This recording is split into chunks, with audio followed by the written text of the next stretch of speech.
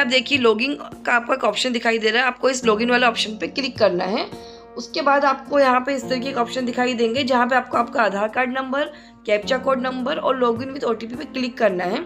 जैसे ही आप यहाँ पे लॉगिन विद ओटीपी पे क्लिक करेंगे तो आपके रजिस्टर्ड मोबाइल नंबर जो आपका आधार कार्ड से नंबर लिंक है उस पर एक ओटीपी जाएगा, वो नंबर आपको यहाँ पे डालना है और आपको लॉगिन पे क्लिक कर देना है। अगर किसी रीज़न से ओटीपी एक बार नहीं जाता है तो आप रिसेंट पे भी क्लिक कर सकते हैं। आप ओटीपी जब डालेंगे और लॉगिन करेंगे तो उसके बाद आपके सामने इस तरीके की इंटरफेस शुरू होगा जहाँ पे आपकी डिटेल्स आपको प्रॉपर तरीके से शो होगी। कुछ ऑनलाइन सर्विसेज जो गवर्नमेंट ने दे रखी यूआईडी की वेबसाइट पे आपको उसकी लिस्ट ही पूरी यहाँ पे दिखाई देगी। और यहाँ पे अगर आप ऊपर की तरफ देखेंगे और यहाँ इस पर क्लिक करते हैं तो आपको आपका आधार कार्ड दिखाई देगा। यहाँ पे आपका आधार कार्ड दिखाई दे रहा है। यहाँ पे आप फिलिप आधार कार्ड पे क्लिक करेंगे तो आपके आधार कार्ड का बैक साइड पे जो एड्रेस डला हुआ वो भी शो होगा। और यहाँ पे नीचे की ओर आएंगे तो आपको यहाँ पे एक एड्रेस अपडेट का ऑप्शन दिखाई दे रहा है, आपको इस पर क्लिक करना है। यहाँ क्लिक करने के बाद हमारे सामने इस तरीके का इंटरफेस शो होगा जहाँ पे आपको दो ऑप्शन दिखाई दे रहे हैं और नीचे की तरफ आपको प्रोसेस दिखाई देगी कि किस तरीके से यूआईडी एड्रेस चेंज करने के लिए आप प्रोसेस करता है। अब हम यहाँ वापस आते हैं यहाँ पे, तो यहाँ जो आपको दो ऑप्शन दिखाई दे रहे हैं इसमें से एक ऑप्शन है डॉक्यूमेंट बेस पे एड्रेस करेक्शन करने का और एक ऑप्शन है हेड ऑफ फैमिली बेस पे एड्रेस करेक्शन करने का। तो जो हेड ऑफ फैमिली बेस वाला ऑप्शन है मैं आपको नेक्स्ट वीडियो में बताऊंगी। फिलहाल हम डॉक्यूमेंट बेस से बात कर रहे हैं तो आपको यहाँ पे फर्स्ट वाले ऑप्शन पे update address using your document पे क्लिक करना है। यहाँ क्लिक करने के बाद आपके सामने इस तरह की इंटरफेस आएगा। यहाँ पे आपको कुछ आपकी बेसिक डिटेल भी दिखाई दे रही है कि जो आपकी लिमिट बची हुई है, जैसे name, date of birth, gender, जो भी आपकी लिमिट बची होगी आपके आधार कार्ड में आपको यहाँ शो होगी। और यहाँ पे आपको एड्रेस का जो ऑप्शन दिखाई दे रहा है ओपन, जहाँ नो लिमिट है, आपको इस पर क्लिक करना है। उसके बाद आपको प्रोसेस अपडेट आधार कार्ड पे क्लिक करना है। आपको अपने आधार कार्ड का पुराना जो एड्रेस डला हुआ है, करंट एड्रेस, वो आपको हिंदी इंग्लिश में यहाँ पे शो होगा। थोड़ा नीचे आप स्क्रॉल करेंगे तो आपके सामने आपसे जो नया एड्रेस आप डालना चाहते हैं उसका आपको मकान नंबर यहाँ पे डालना है। पहले इंग्लिश में आएगा, फिर हिंदी में आएगा, फिर उसके बाद आपको यहाँ पे कॉलोनी का नाम डालना है, पहले इंग्लिश में फिर हिंदी में। उसके बाद आपको अपने एरिया का नाम डालना है और उसके बाद फिर आपको लैंडमार्क डालना है, फिर आपका पिन कोड डालना है। पिन कोड के बाद जो है आप अपनी यहाँ पे स्टेट डालेंगे कि मध्य प्रदेश, उत्तर प्रदेश, महाराष्ट्र जो भी है। उसके बाद आपको अपना डिस्ट्रिक्ट डालेंगे, उसके बाद अपनी सिटी डालेंगे, फिर आपके एरिया का जो पोस्ट ऑफिस है वो आपको यहाँ पे सिलेक्ट करना है। उसके बाद आपको यहाँ पे डॉक्यूमेंट्स अपडेट के लिए ऑप्शन दिखाई देंगे दो, जिसमें आपको मैनुअल अपलोड पे क्लिक करना है। और उसके बाद यहाँ पे आपको जो है सिलेक्ट सपोर्टिंग डॉक्यूमेंट दिखाई दे रहा है, आपको इस पर क्लिक करना है। यहाँ पे कुछ इंस्ट्रक्शन दिए गए हैं जिसमें आपको बताया गया है कि आपको जो डॉक्यूमेंट अपलोड करेंगे आप एड्रेस करेक्शन करने के लिए वो बिल्कुल प्रॉपर होना चाहिए, किस क्वालिटी का होगा ये आपको इसमें यहाँ पे दिखाया गया है। ये आप पढ़ने के बाद यहाँ पे राइट पे क्लिक करके ओके पे क्लिक कर देना।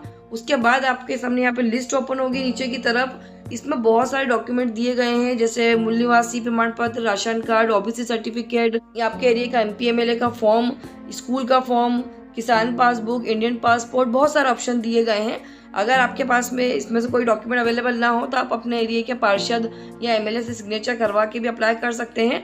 अभी जो फॉर्म होता है एमपीएमएलए द्वारा जो भरा जाता है, इस फॉर्म को किस तरीके से भरना है इसकी वीडियो मैंने काफ़ी टाइम पहले डाली थी। वीडियो पुरानी ज़रूर है लेकिन डिटेल सेम है, उसको भरना भी इसी तरीके से होता है। तो आप वो वीडियो देख के फॉर्म भरना सीख सकते हैं और आपके एरिया के पार्षद साइन करवा के ईजिली उसको अपलोड करके आप अपना आधार कार्ड में एड्रेस करेक्शन कर सकते हैं। अगर आपके पास में जो लिस्ट दी गई उसमें डॉक्यूमेंट अवेलेबल ना हो तो।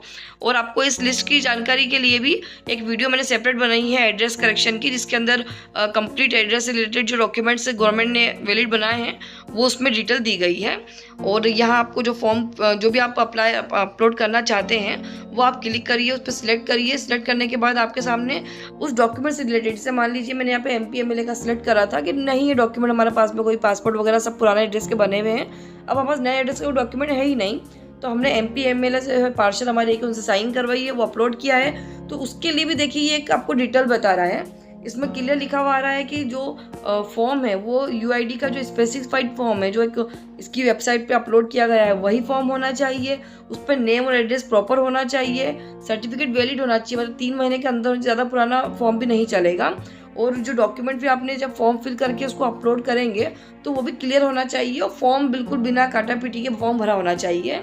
तो ये कुछ इंस्ट्रक्शन है जो हर डॉक्यूमेंट्स में अलग अलग आता है। आप जो भी डॉक्यूमेंट्स यहाँ पे लगाएंगे उसके अकॉर्डिंग यहाँ पे वो आपको एडवाइस करेगा कि उस डॉक्यूमेंट में आप क्या क्या ध्यान रखें। अगर आप वो ध्यान रखेंगे वो चीज़ों का तो आपका आधार कार्ड 100% करेक्ट होगा, उसमें आपका करेक्शन हो जाएगा। ये पढ़ने के बाद आपको यहाँ पे ओके पे क्लिक करना है। उसके बाद यहाँ पे ऑप्शन दिखाई देगा अपलोड करने का। ये जैसे मैं सिस्टम से कर रही हूँ तो आपको डेस्कटॉप का यहाँ पे जो भी फोल्डर में आपने रखा है, ड्राइव में रखा है, वहाँ से आप सिलेक्ट कर सकते हैं।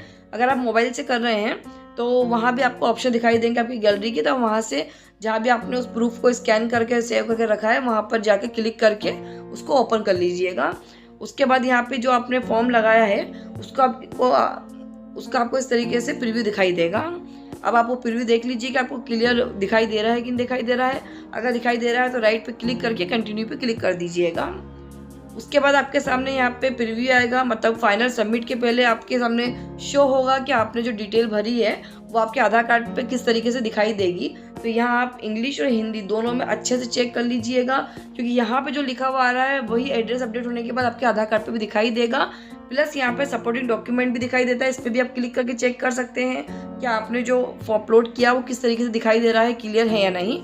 अगर आपको लगता है कि आपने कोई इसमें गलती कर दी है, प्रॉपर भर नहीं पाया, कोई मात्रा या इंग्लिश की स्पेलिंग गलत डाल दी है, तो आप यहाँ पे एडिट पे क्लिक करके वापस से करेक्शन भी कर सकते हैं।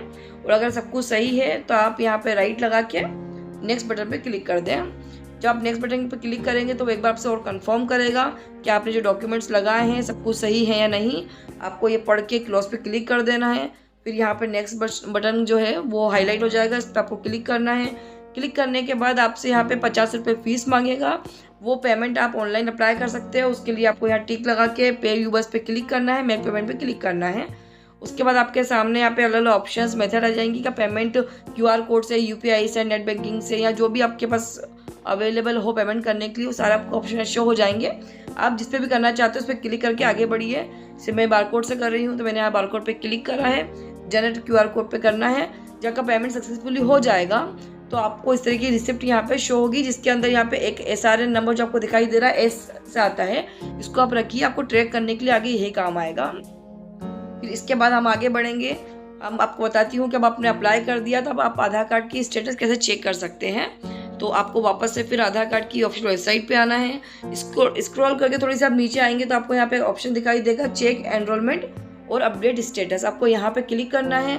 यहाँ क्लिक करने के बाद आपके पास में कुछ ऑप्शन दिखाई देंगे कि आपके पास enrolment ID, SRN ID, URN ID, SID कौन सी ID है।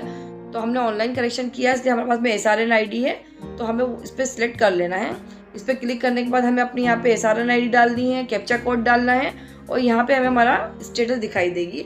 अभी जैसे जो मैंने करेक्शन किया था वो कंप्लीट हो चुका है, आधार कार्ड करेक्शन हो चुका है, इसलिए यहाँ पे स्टेटस में दिखाई दे रहा है कि आपका जनरेट हो चुका है आधार कार्ड।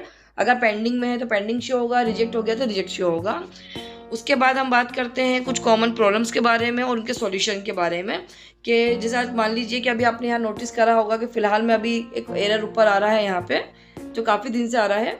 तो इसके कारण भी है, ये एरर नहीं भी आ रहा है, उसके अलावा भी क्या होता है, कई बार हमारा पेमेंट पेंडिंग में चला जाता है।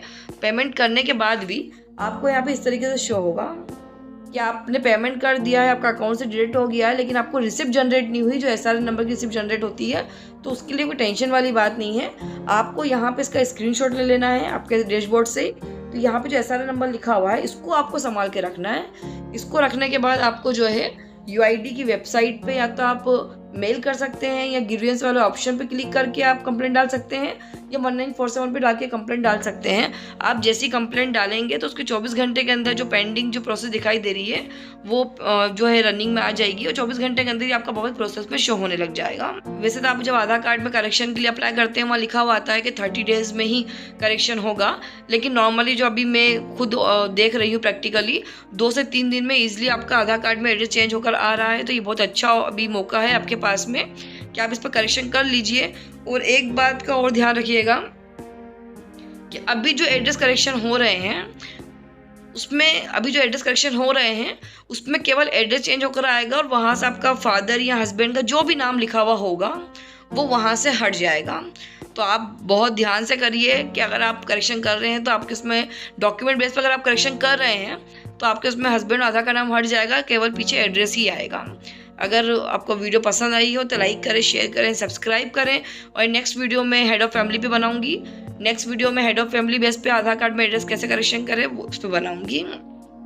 कोई भी इशू हो तो कोई भी आपको प्रॉब्लम लगे तो आप कमेंट करके ज़रूर पूछ सकते हैं, मैं आपको उसका जवाब ज़रूर दूंगी।